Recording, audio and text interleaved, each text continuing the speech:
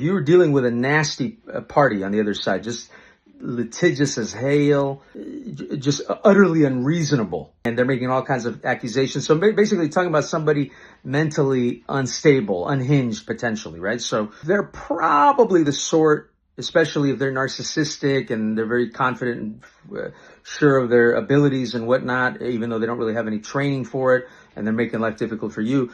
There are AI detection tools out there. You can use them now.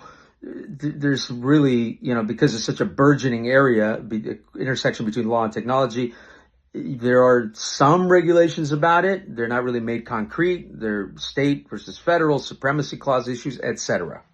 I'm not here to talk about that. I'm just talking about strictly tactical for your purposes at the moment.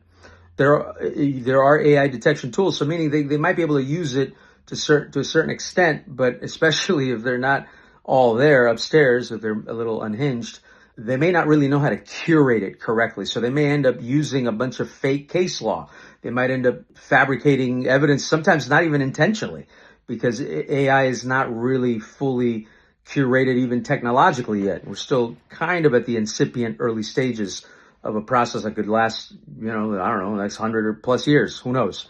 But it would behoove you, it'd be smart of you, it'd be incumbent upon you to use AI detection tools to the degree that you can find out, hey, this person just used, false precedent, false case law, try to use it against you, arguments written in ways that don't make any real sense, that are just there blindly manipulative.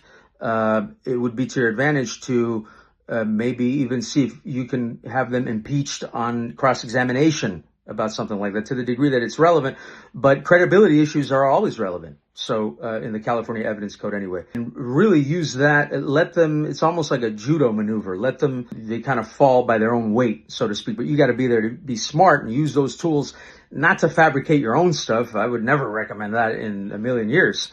To the contrary, to detect the degree to which your opponent is fabricating it, overusing AI, over relying on it, and that could be a tremendous asset to you, especially because the courts generally may look very favorably upon you doing that. You're helping them. Some of these judges, they've been on the bench a very long time, not necessarily like a lot of people, not necessarily caught up on the very latest technology. So the fact that you would be calling that out and showing evidence of that, especially having your opponent cross-examined on credibility issues, that might be something that can come up as well as you just generally being able to identify that, therefore boring even more holes in their case against you.